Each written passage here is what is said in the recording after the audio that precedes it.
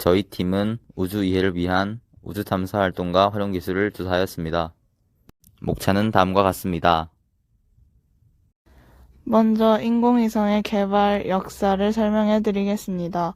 최초의 인공위성은 1957년 10월 4일에 발사된 소련의 스푸트니크 1호입니다. 당시 미국과 소련은 대륙간 탄도미사일 개발 경쟁을 벌이고 있었습니다. 이 경쟁이 인공위성 개발에 큰 역할을 했습니다.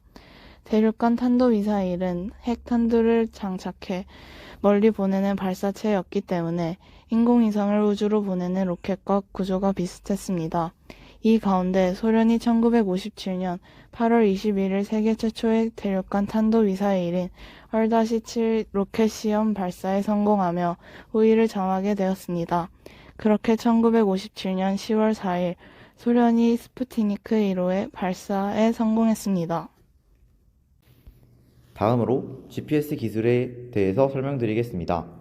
GPS란 세계 어느 곳에서든 세대 이상의 인공위성에서 신호를 받아 각자의 단말기에서 이를 계산하여 자신의 위치를 정확히 알아낼 수 있는 시스템입니다. 우리가 사용하는 내비게이션이나 폰의 위치 기능 등도 모두 이 GPS 기술 덕분에 가능한 것입니다.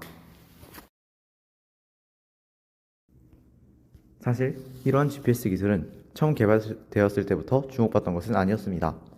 시작은 미국의 한 물리학 연구소에서 스푸트니크에 송출하는 라디오 신호를 듣고 있을 때 누군가 이 신호를 통해서 위성의 위치를 알 수 있지 않을까 하는 생각을 했고, 실제로 계산 결과 가능성이 있다고 판단되었습니다.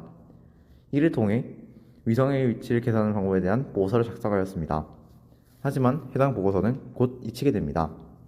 그런데 이후 많은 미사일들이 등장하면서 미사일의 정확한 발사를 위해서는 자신의 정확한 위치와 상대방의 정확한 위치를 알 필요가 있었습니다.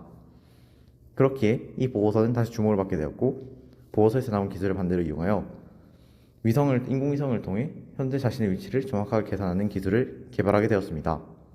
이것이 바로 현대의 GPS가 됩니다. 다음은 화성 탐사차의 개발 역사를 설명해 드리겠습니다. 화성 탐사차는 화성에 도착 후 화성 표면을 검사하는 기차입니다. 5개의 성공적으로 운용되는 화성 탐사 로봇이 있으며 이들 모두 제트 추진연구소에 의해 운용됩니다. 나사가 보낸 쌍둥이 화성 탐사 로봇 스피릿과 오퍼튜니티가 각각 2004년 1월 3일, 1월 25일 화성에 착륙했습니다. 스피릿은 화성 적도 남쪽의 구세브 분화구에 착륙해 과거 화성에 물이 있었는지, 기온이 따뜻한 적이 있었는지 등을 탐사했습니다. 오퍼튜니티는 화성 적도 부근의 메리디아니 플라늄에 착륙해 화성의 적철광 퇴적물이 오래전에 사라진 바다의 퇴적물인지 화산 활동으로 인한 것인지 여부를 가려내는 임무를 받았습니다. 2020년 7월 30일 나사가 발사한 퍼서비어런스 로버는 2021년 2월 19일 화성에 착륙했습니다. 다음은 화성 탐사차에 적용된 기술인 형상기억합금에 대해서 설명해 드리겠습니다.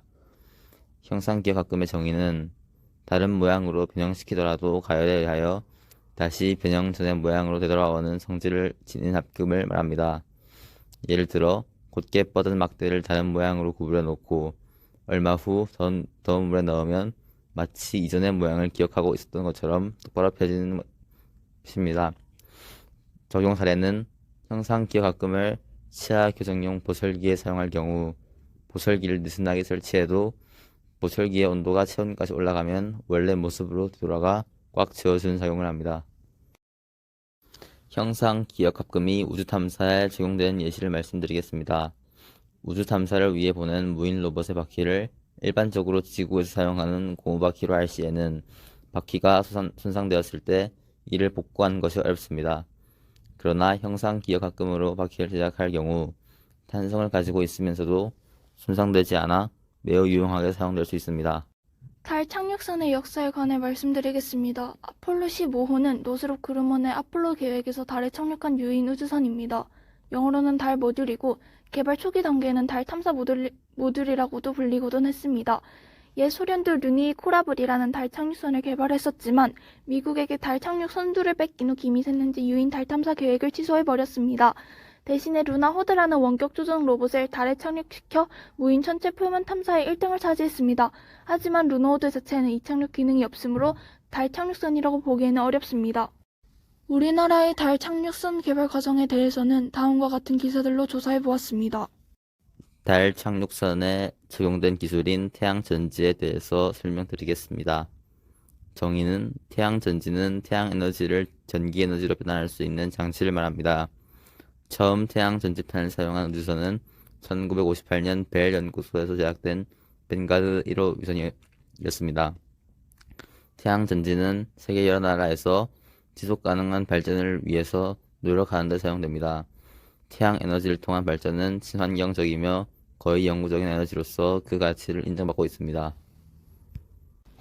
우주 태양광 발전에 대해서 소개해드리겠습니다. 국제우주정거장이나 우주선은 태양 전지판으로 전기를 생산하고 있습니다. 그러나 우주 태양광 발전소는 그보다 더 나아가 우주에서 만든 전기를 지구나 다른 행성으로 전송하는 데 그 목적이 있습니다. 우주 태양광 발전소를 통해 우리는 지구에서보다 훨씬 효율적으로 전기를 생산할 수 있습니다. 따라서 우주 태양광 발전은 미래의 에너지 부족을 해결하기 위한 발전 수단 중 하나로 꼽히고 있습니다. 우주 망원경의 역사에 대해 설명해 드리도록 하겠습니다.